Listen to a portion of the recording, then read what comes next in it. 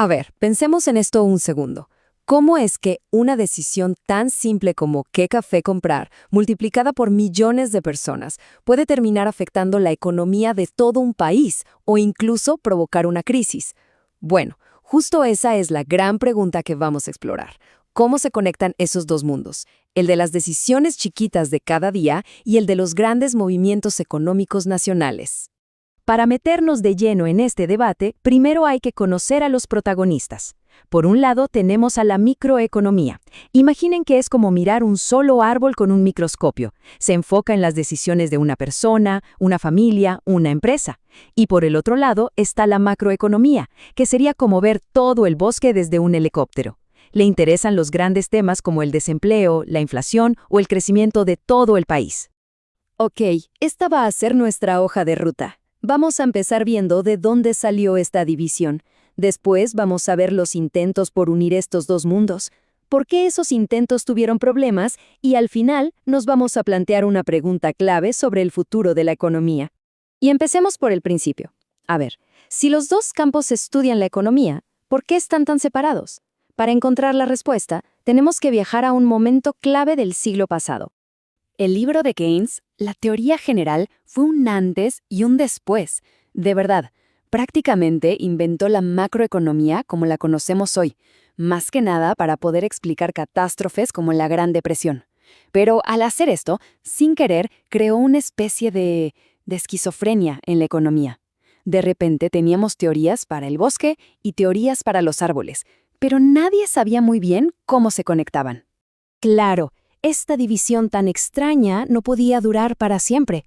Por varias décadas, los economistas trabajaron como si vivieran en dos universos paralelos, hasta que, por allá de los años 70, llegó una nueva generación a decir, «Momento, esto no tiene sentido». Fíjense en cómo se fue dando todo. A finales del siglo XIX, la economía se centraba en el individuo. Luego, en el 36, con la crisis, Keynes crea la macroeconomía como algo aparte, por pura necesidad. Y finalmente, en los 70, a un grupo de economistas conocidos como los nuevos clásicos, se les acabó la paciencia y lanzaron el gran desafío. La macroeconomía tenía que estar construida, ladrillo por ladrillo, sobre las bases de la microeconomía. Y ojo, que su exigencia era radical. Ellos decían que no se podía hablar de inflación o desempleo como si fueran fuerzas mágicas que aparecen de la nada. Para que la macro fuera una ciencia seria, cada una de sus teorías debía poder explicarse desde el comportamiento racional de las personas y las empresas. El objetivo final era, literalmente, que la microeconomía se devorara a la macroeconomía. La idea sonaba muy lógica, ¿no? Unificar todo bajo una misma lógica matemática. El problema es que cuando intentaron construir ese puente teórico para unir los dos mundos, la estructura empezó a temblar y a mostrar unas grietas enormes al toparse con el mundo real. El problema, como lo dijo clarísimo el premio Nobel George Akerlof, es que para que los modelos matemáticos funcionaran, tenían que asumir que la gente actúa como robots superracionales que lo saben todo y que no tienen emociones. Los modelos eran elegantísimos en el papel, sí, pero no servían para describir a seres humanos de carne y hueso. Y no estamos hablando de detallitos, ¿eh? Akerlof identificó nada más y nada menos que 6 fenómenos económicos fundamentales, cosas que vemos todos los días, que estos modelos supuestamente perfectos eran totalmente incapaces de explicar.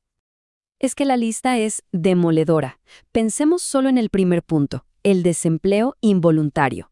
Según estos modelos, si alguien quería trabajar al salario del mercado, siempre encontraba trabajo. No existía el desempleo como lo conocemos. O miren el tema del ahorro. Los modelos predecían que todos ahorraríamos perfectamente para nuestra jubilación, algo que, bueno, sabemos que no es así. La teoría era un mapa impecable de un planeta que no era la Tierra.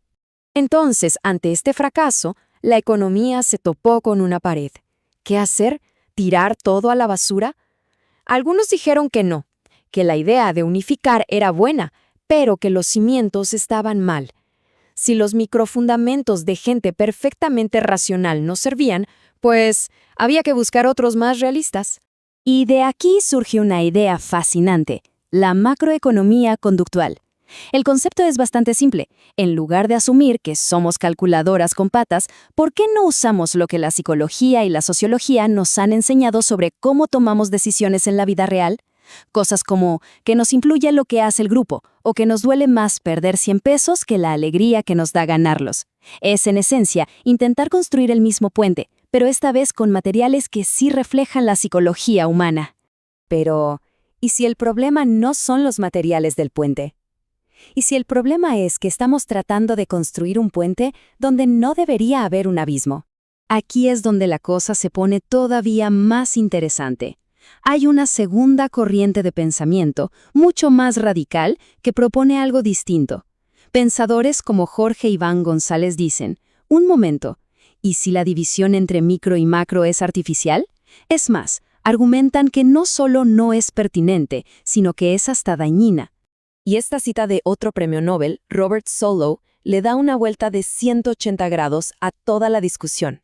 En vez de tratar de explicar los grandes fenómenos a partir de decisiones pequeñas, solo sugiere que tal vez deberíamos hacerlo justo al revés.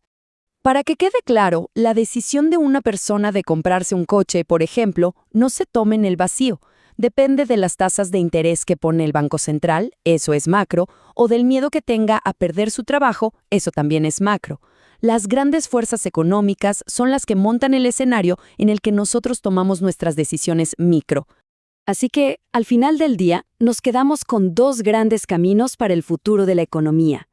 El primero es reconstruir el puente, aceptando que hay dos lados, pero usando herramientas de la psicología para unirlos. El segundo, mucho más drástico, es borrar la frontera y aceptar que micro y macro son en realidad dos caras de la misma moneda. Y todo esto no es un simple debate académico, para nada. ¿Un gobierno debería enfocarse en dar pequeños incentivos a las personas o en hacer grandes inversiones en infraestructura? La respuesta a esa pregunta depende directamente de cuál de estos dos caminos se considere el correcto.